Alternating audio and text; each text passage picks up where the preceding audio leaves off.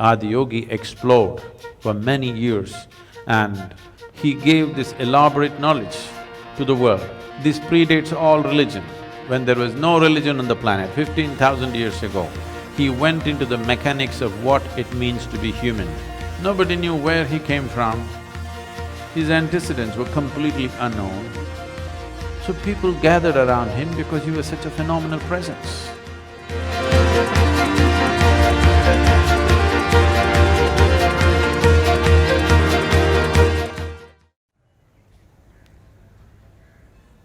15,000 years ago, a yogi appeared in the upper regions of Himalayas. Nobody knew where he came from, his antecedents were completely unknown. So people gathered around him because he was such a phenomenal presence. A large group of people gathered like this. They expected him to say something, do something. He did nothing, he said nothing, simply he sat. If I simply sat here for 2 hours, I can imagine, within 15 minutes, those people in the last few rows, and they will slowly, still there's time for the cinema, let's go. If I said nothing for 2 hours, 90% of the people will be gone.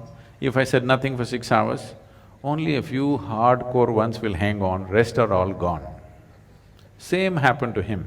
He said nothing, did nothing, simply sat still. Not for a day, not for a week, for months on end, he simply sat still. Everybody was expecting a miracle, nothing happened, he just sat. But they were missing a most fundamental miracle because the nature of your body is such right now, you're well attended to.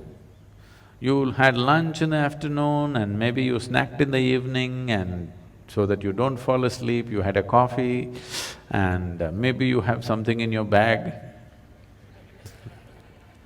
So many things. All these things are being attended to, so this is fine. Suppose we just make you sit here for 4 hours.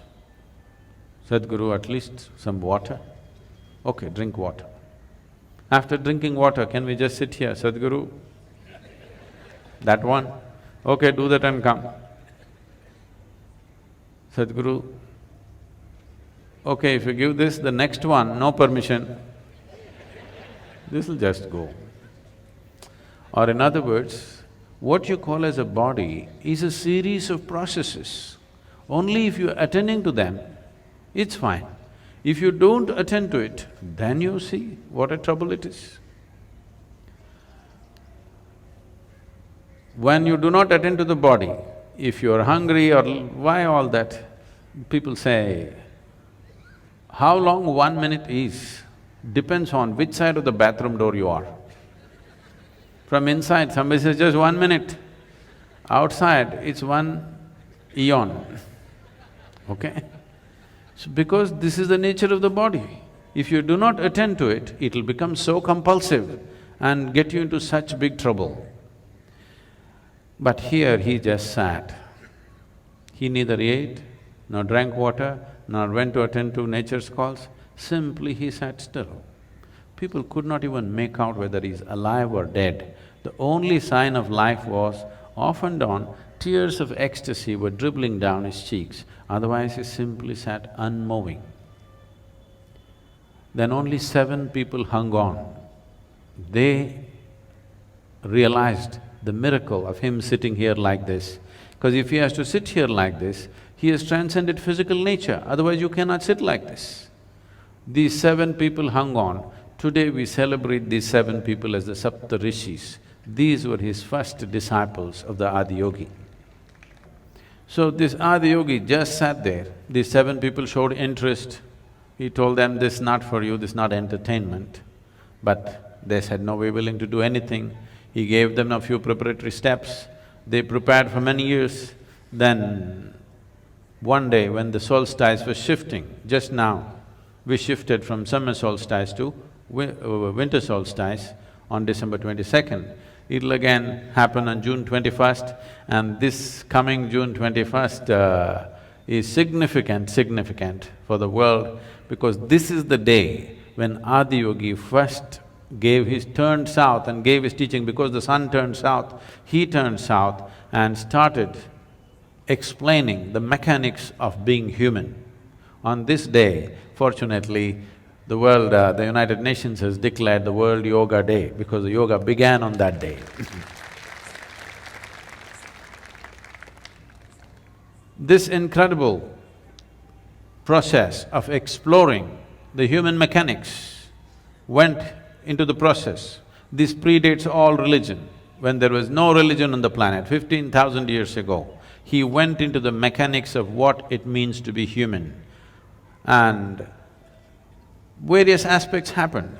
He opened up 112 different ways in which a human being can attain to his ultimate nature.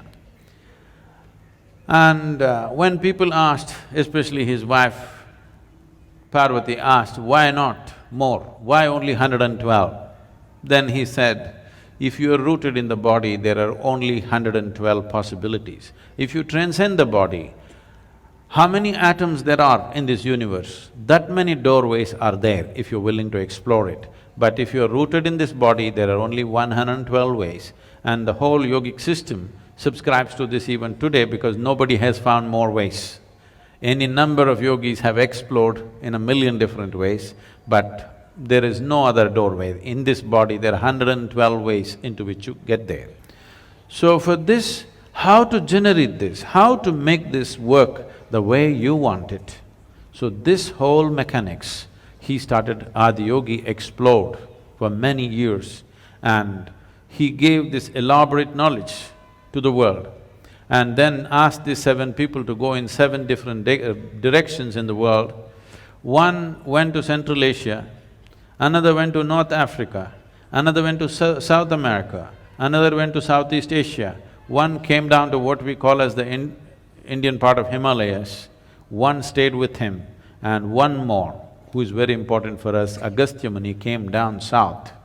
He is known as the father of southern mysticism because he did not spare a single human habitation south of the Vindhyas. In the Deccan Plateau, he made sure every single human being who lived in this place had some sense of spiritual process.